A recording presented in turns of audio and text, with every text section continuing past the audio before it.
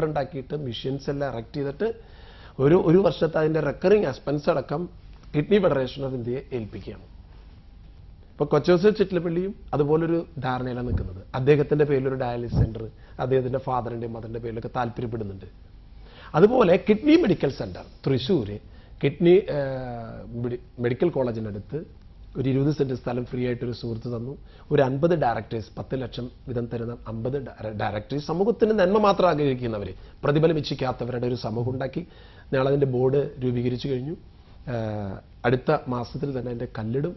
ഒരു kidney medical centre ഇതുപോലെ തിരുവനന്തപുരം സർക്കാരിൻ്റെ ഭാഗത്തുനിന്നും സഹായം നമ്മൾ സർക്കാരിൻ്റെ ഭാഗത്തുനിന്ന് വരട്ടെ നമ്മൾ ആഗ്രഹിക്കുന്നുണ്ട്. പക്ഷേ സർക്കാരിൻ്റെ ഭാഗത്തൊക്കെ വരും. പക്ഷെ നമ്മൾ മുന്നോട്ട് വരിക, ജനങ്ങൾ മുന്നോട്ട് വന്നാൽ സർക്കാർ മുന്നോട്ട് വരുമെന്നാണ് ഞാൻ വിശ്വസിക്കുക. അപ്പോൾ അവിടെ ഡയാലിസിസ് യൂണിറ്റ്, ഒരു ഫാർമസി, അതുപോലെ ഒരു ലാബ്, അതുപോലെ കൗൺസിലിംഗ് സെൻറ്റർ. കൗൺസിലിംഗ് ഏറ്റവും പ്രധാനപ്പെട്ടത് ഈ രോഗികൾക്ക്. ഇവർ മനസ്സാകെ തകർന്നു പോകുകയാണ്. ഒരു കൗൺസിലിംഗ് സെൻറ്റർ, ഒരു ക്യാൻറ്റീൻ, ഒരു അക്കോമഡേഷൻ സെൻറ്റർ ആയിട്ടുള്ള ഒരു സമുച്ചയം, അത് കേരളത്തിൻ്റെ കിഡ്നി മെഡിക്കൽ സെൻറ്റേഴ്സിൻ്റെ ഹെഡ്ക്വാർട്ടേഴ്സായിട്ട് തിരുവനന്തപുരത്ത്, ആലപ്പുഴ, കോട്ടയം, എറണാകുളം, തൃശ്ശൂർ, കോഴിക്കോടൊക്കെ ഇതേപോലെ കിഡ്നി മെഡിക്കൽ 3.5 കോടി രൂപയുടെ നമ്മൾ ഒരു വർഷത്തിനുള്ളിലൊക്കെ നമ്മൾ പ്ലാൻ ചെയ്യുന്നു ഇറക്കി. ഇത് ഒരു വർഷത്തിനുള്ളിൽ എന്തായാലും തൃശ്ശൂർ നമ്മൾ ഡെവലപ്പ് ചെയ്യാൻ പോവാണ്. എനിക്ക് സർക്കാരിന് ഇന്ന് ഞാൻ മുഖ്യമന്ത്രിനെ കണ്ടൊരു മെമ്മോറാണ്ടം കൊടുക്കാനാണ് ഞാനിവിടെ തിരുവനന്തപുരത്ത് കൂടി വന്നിട്ടുള്ളത്. കൊടുക്കണമെന്ന് ആഗ്രഹം. അത് ഉദ്ദേശിക്കുന്നത് ഈ ഡയാലിസിസിന് വരുന്ന പേഷ്യൻസിന് സർക്കാർ ഒരു 100 രൂപ ഒരു ഡയാലിസിന് അവർക്കൊരു സബ്സിഡി ഡിക്ലെയർ ചെയ്യാം. ഇത് ഭക്ഷണം കഴിക്കാനല്ലല്ലോ, ജീവിക്കാൻ വേണ്ടി 100 രൂപ കൊടുത്തുകൂടെ? ഒരാഴ്ചയിൽ 3 എണ്ണം വീതമുണ്ട്, അതിലൊരു 100 രൂപ സബ്സിഡി അനുവദിക്കും. 1. 2, നമ്മൾ പറയുന്നത് ഈ നൂലാമാലകൾ, ഈ പണമിടപാടുകളില്ലാതെ വൃക്കദാനം ചെയ്യാൻ വരുന്ന ആൾക്കാർക്കും ഈ ഓതറൈസേഷൻ കമ്മിറ്റിയുടെ ഇത്രയധികം റെസ്ട്രിക്റ്റഡ് ആയിട്ടുള്ള ഈ പേപ്പർ വർക്കുകൾ വലച്ചു കളയുന്നുണ്ട്. അതുകൊണ്ട് കിഡ്നി ബാങ്കിലൂടെ ഈ കിഡ്നി ഫെഡറേഷൻ്റെ ഈ വഴിയിലൂടെ വരുന്ന വ്യക്തികൾക്ക് ഒരു ഗ്രീൻ ലൈൻ കൊടുക്കുക, സുതാര്യത, ഒരു ഏകജാലകം പോലെ ഒരു സംവിധാനം ഇവർക്ക് അറേഞ്ച് ചെയ്ത് കൊടുത്താൽ വലിയൊരു സമാധാനമാണ് ഈ പേഷ്യൻസിന് കിട്ടുക.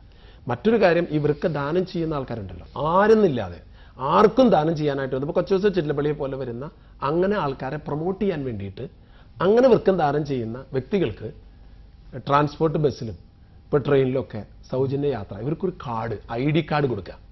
അതിനെ സർക്കാർ വിലമതിക്കുന്നു എന്ന് പ്രഖ്യാപിക്കാനാണ്.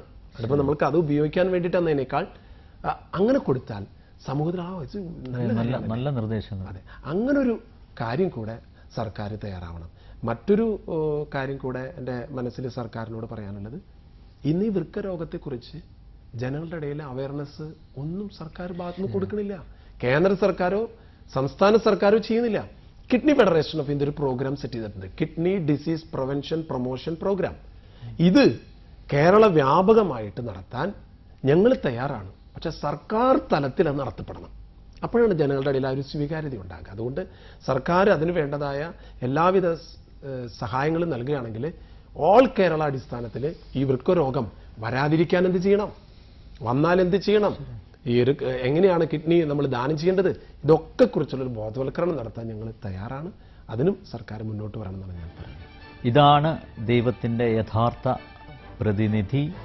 താങ്കൾ തെളിയിച്ച നന്മയുടെ ഈ കൈത്തിരി വെട്ടം ലോകമെങ്ങും പരക്കട്ടെ എന്ന് ആശംസിക്കുന്നു, പ്രാർത്ഥിക്കുന്നു. വർത്തമാനത്തിൽ പങ്കെടുത്തതിന് വളരെ നന്ദി.